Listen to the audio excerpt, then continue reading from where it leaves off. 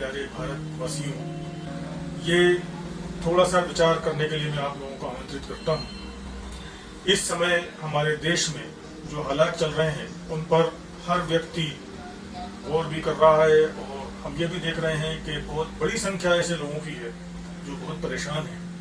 निरंतर एक के बाद एक समस्याएं मुंह बाए खड़ी हैं और इंसान अपने आप को उनके आगे बेबस महसूस कर रहा है, कुछ नहीं कर पा रहा। देखिए, आपके अभी अभी भारत में 3-4 जो चीजें देखी हैं उसमें बाढ़ से जूझे, भूकंप आया और फिर टिड्डी दल का हमला जिसने फसलों को चट कर दिया, और उसके बाद एक बहुत बड़ी महामारी जिससे हमारा देश जूझ रहा है वो है कोविड। और इसके साथ साथ समानांतर पैरेलल जो चल रहा है वो है हमारी अर्थव्यवस्था की तबाही बर्बादी।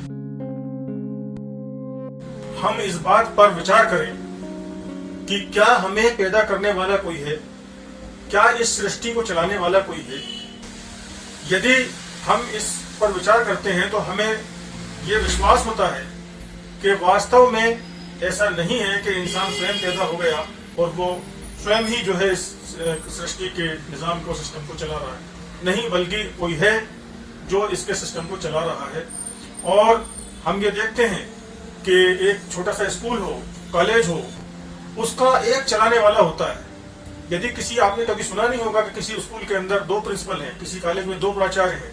आप सोचिए, अगर ऐसा हुआ तो वो सिस्टम वहां पर चल नहीं सकता, उन दोनों के आपस में टकराव होगा और वो वहां की व्यवस्था छिन्न भिन्न होकर रह जाएगी। तो जब एक स्कूल नहीं चल सकता 2 के जरिए से, माध्यम से, एक कॉलेज नहीं चल सकता, तो इतनी बड़ी दुनिया को चलाने वाले 2 कैसे हो सकते हैं। इस पर हमें विचार करना होगा।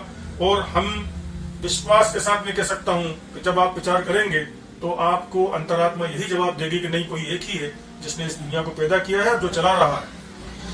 अब उसके फैसले आते हैं और इंसान समझ नहीं पाता कि यह कहां से हो रहा है, कैसे हो रहा है। वो खुद कहता है, कुरान कहता है, इस सूरत का उसने नाम ही रखा है सूरह तौबा।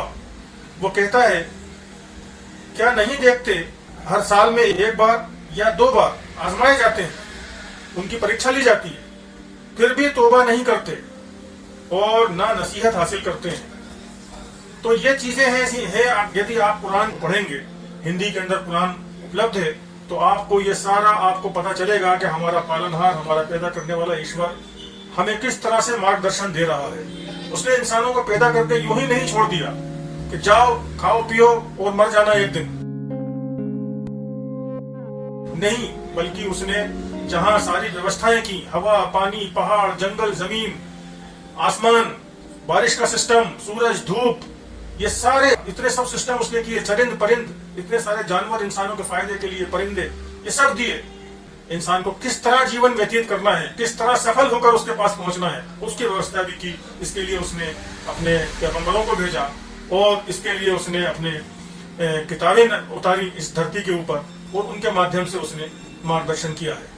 अंतिम संदेशा हजरत मोहम्मद सल्लल्लाहु अलैहि वसल्लम को भेजा और अंतिम पुस्तक उन पर कुरान उतारी है। मैं आपसे ये अपील करूंगा कि आप इस पुस्तक को पढ़ें और हजरत मोहम्मद सल्लल्लाहु अलैहि वसल्लम की जीवनी, वो भी जो है हिंदी में अवेलेबल है, कुरान भी हिंदी के अंदर उसका अनुवाद अवेलेबल है। आप इसको पढ़ें और बिना किसी मन में कोई दुर्भावना लिए कि ये मुस्लिमों की धार्मिक पुस्तक है, इस तरह की ये दुर्भावना है, ये अज्ञानता है। कुरान मुस्लिमों की धार्मिक पुस्तक नहीं है। कुरान मुस्लिमों की धार्मिक पुस्तक नहीं है, बल्कि पूरे दुनिया के इंसानों के लिए मार्गदर्शन के रूप में आई है।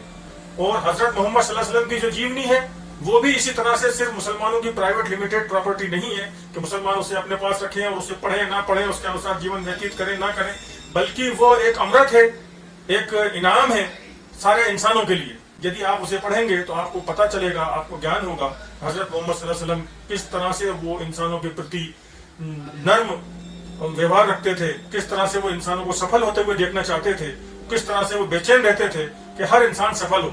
तो फिर उसने इंसानों के लिए एक ऐसा दिन भी रखा है जब वो उनसे पूछताछ करेगा। आप सोचिए, आप किसी नौकर को रखते हैं और उसको बहुत सारी तनख्वाह देते हैं, तो क्या आप उससे हिसाब किताब नहीं लेते? आप उसको आजाद छोड़ देते हैं, जो समझ में आए वो कर। तो इतना बड़ा जो हमारा पालनहार है, ईश्वर है, वो ऐसा कैसे कर सकता है कि आपको आजाद छोड़ दे? नहीं, बल्कि वो एक दिन ऐसा आएगा जब सबको जिंदा करेगा और उनसे हिसाब किताब लेगा, तब जाके न्याय होगा। तो उसने जो ये सिस्टम बनाया है, ये इसलिए नहीं बनाया है कि इंसान जो चाहे